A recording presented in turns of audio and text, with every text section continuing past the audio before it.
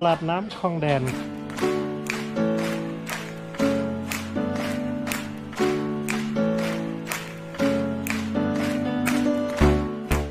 ตอนนี้อยู่ที่แหลมสมิลานะครับกำลังเดิน